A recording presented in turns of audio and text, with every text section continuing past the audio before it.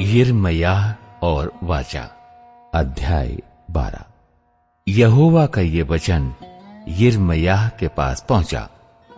इस वाचा के वचन सुनो और यहूदा के पुरुषों और यरूशलेम के रहने वालों से कहो, उनसे कहो, इज़राइल का परमेश्वर यहोवा यूं कहता है, श्रापित है वो मनुष्य जो इस वाचा के वचन न माने, जिसे मैंने तुम्हारे पुरखाओं के साथ लोहे की भट्टी अर्थात मिस्र देश में से निकालने के समय ये कह के बांधी थी, मेरी सुनो और जितनी आज्ञाएं मैं तुम्हें देता हूं उन सबों का पालन करो।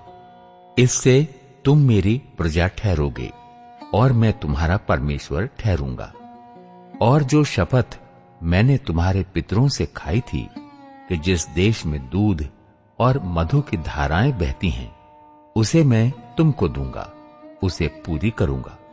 और देखो वो पूरी हुई है।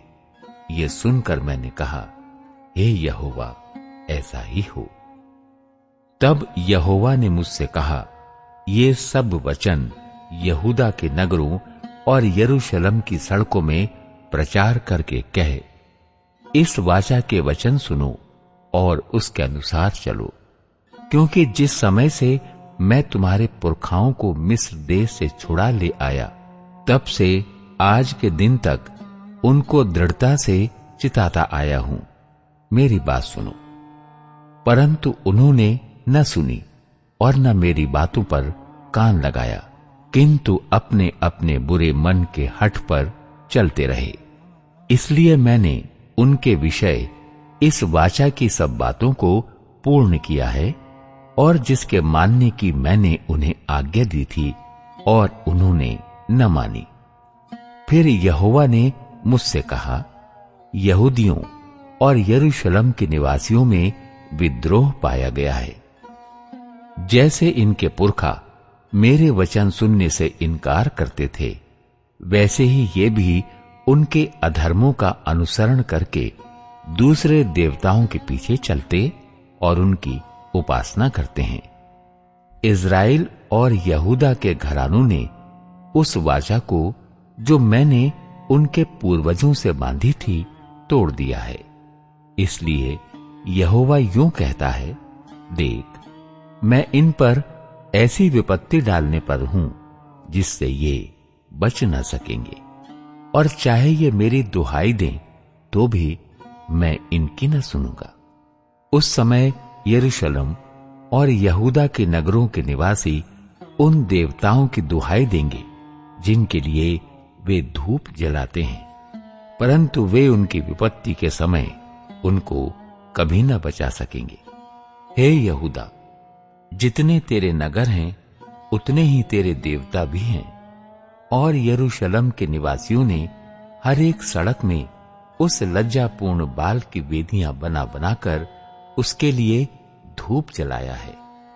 इसलिए तू मेरी इस प्रजा के लिए प्रार्थना न कर, न कोई इन लोगों के लिए ऊंचे स्वर से विनती करे, क्योंकि जिस समय ये अपनी विपत्ति के मारे मेरी दुहाई देंगे, तब मैं उनकी न सुनूंगा। मेरी प्रिया को मेरे घर में क्या काम है? उसने तो बहुतों के साथ कुकर्म किया, और तेरी पवित्रता पूरी रीति से जाती रही है। जब तू बुराई करती है तब प्रसन्न होती है। यहोवा ने तुझको हरा, मनोहर, सुंदर फल वाला जैतून तो कहा था, परंतु उसने बड़े हुल्लड़ के शब्द होते ही उसमें आग लगाई और उसकी डालियां तोड़ डाली गईं। सेनाओं का यहोवा जिसने तुझे लगाया, उसने तुझ पर विपत्ति डालने के लिए कहा है। इसका कारण इज़राइल और यहूदा के घरानों की ये बुराई है कि उन्होंने मुझे रिश्त दिलाने के लिए बाल के निमित्त धूप जलाया। यिर्मयाह के विरुद्ध षड्यंत्र।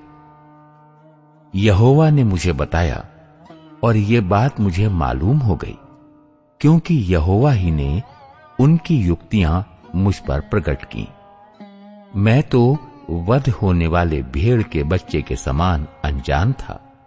मैं न जानता था कि वे लोग मेरी हानि की युक्तियां ये कहकर करते हैं, आओ हम फल समेत इस वृक्ष को उखाड़ दें और जीवितों के बीच में से काट डालें, तब इसका नाम तक फिर स्मरण न रहे।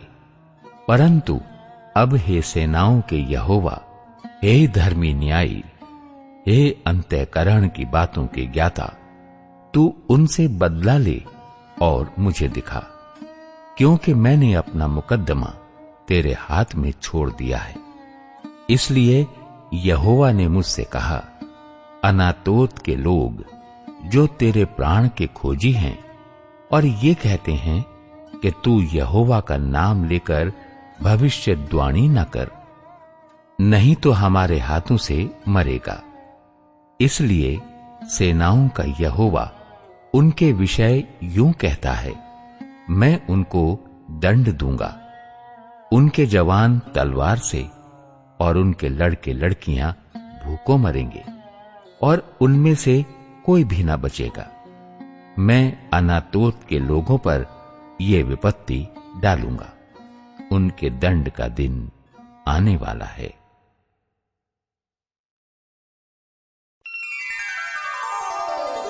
यिर्मयाह के प्रश्न, अध्याय 12। हे यहोवा, यदि मैं तुझसे मुकद्दमा लड़ूं तो भी तू धर्मी है। मुझे अपने साथ इस विषय पर वाद विवाद करने दे। दुष्टों की चाल क्यों सफल होती है? क्या कारण है कि विश्वासघाती बहुत सुख से रहते हैं? तू उनको बोता और वे जड़ भी पकड़ते, वे बढ़ते और फलते भी हैं। तू उनके मुंह के निकट है, परंतु उनके मनों से दूर है। हे यहोवा, तू मुझे जानता है, तू मुझे देखता है, और तूने मेरे मन की परीक्षा करके देखा कि मैं तेरी ओर किस प्रकार रहता हूं। जैसे भेड़ बकरियां घात होने के लिए झुंड में से निकाली जाती हैं, वैसे ही उनको भी निकाल ले और वध के दिन के लिए तैयार कर। कब तक देश विलाप करता रहेगा और सारे मैदान की घास सूखी रहेगी? देश के निवासियों की बुराई के कारण पशु पक्षी सब नष्ट हो गए हैं, क्योंकि उन लोगों ने कहा, वो हमारे अंत को न देखेगा। तू जो प्यादों ही के संग दौड़कर थक गया है, तो घोड़ों के संग कैसे बराबरी कर सकेगा? और यद्यपि तू शांति के इस देश में निडर है, परंतु यरदन के आसपास के घने जंगल में तू क्या करेगा? क्योंकि तेरे भाई और तेरे घराने के लोगों ने भी तेरा विश्वासघात किया है। वे तेरे पीछे ललकारते हैं। यदि वे तुझसे मीठी बातें भी कहें, तो भी उनकी प्रतीति न करना। अपने लोगों के कारण परमेश्वर का दुख। मैंने अपना घर छोड़ दिया, अपना निज भाग मैंने त्याग दिया। मैंने अपनी प्राण प्रिया को शत्रुओं के वश में कर दिया है, क्योंकि मेरा निज भाग मेरे देखने में वन के सिंह के समान हो गया और मेरे विरुद्ध गरजा है। इस कारण मैंने उससे बैर किया है। क्या मेरा निज भाग मेरी दृष्टि में चित्ती वाले शिकारी पक्षी के समान नहीं है? क्या शिकारी पक्षी चारों ओर से उसे घेरे हुए हैं? जाओ, सब जंगली पशुओं को इकट्ठा करो, उनको लाओ कि खा जाएं। बहुत से चरवाहों ने मेरी दाख की बारी को बिगाड़ दिया। उन्होंने मेरे भाग को लताड़ा, वरन मेरे मनोहर भाग के खेत को सुनसान जंगल बना दिया है। उन्होंने उसको उजाड़ दिया, वो उजड़कर मेरे सामने विलाप कर रहा है। सारा देश उजड़ गया है, तो भी कोई नहीं सोचता। जंगल के सब मुंडे टीलों पर नाश करने वाले चढ़ आए हैं, क्योंकि यहोवा की तलवार देश के एक छोर से दूसरी छोर तक निगलती जाती है। किसी मनुष्य को शांति नहीं मिलती। उन्होंने गेहूं तो बोया, परंतु कटीले पेड़ काटे। उन्होंने कष्ट तो उठाया, परंतु उससे कुछ लाभ ना हुआ। यहोवा के क्रोध के भड़कने के कारण तुम अपने खेतों की उपज के विषय में लज्जित हो। शत्रु राष्ट्रों को दंड। मेरे दुष्ट पड़ोसी उस भाग पर हाथ लगाते हैं जिसका भागी मैंने अपनी प्रजा इज़राइल को बनाया है। उनके विषय यहोवा यूं कहता है, मैं उनको उनकी भूमि में से उखाड़ डालूंगा और यहूदा के घराने को भी उनके बीच में से उखाड़ूंगा। उन्हें उखाड़ने के बाद मैं फिर उन पर दया करूंगा और उनमें से हर एक को उसके निज भाग और भूमि में फिर से लगाऊंगा।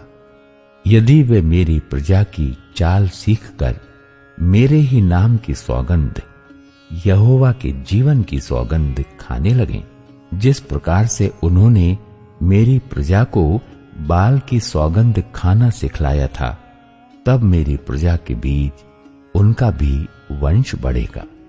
परंतु यदि वे न माने, तो मैं उस जाति को ऐसा उखाड़ूंगा कि वो फिर कभी न पनपेगी। यहोवा की यही वाणी है।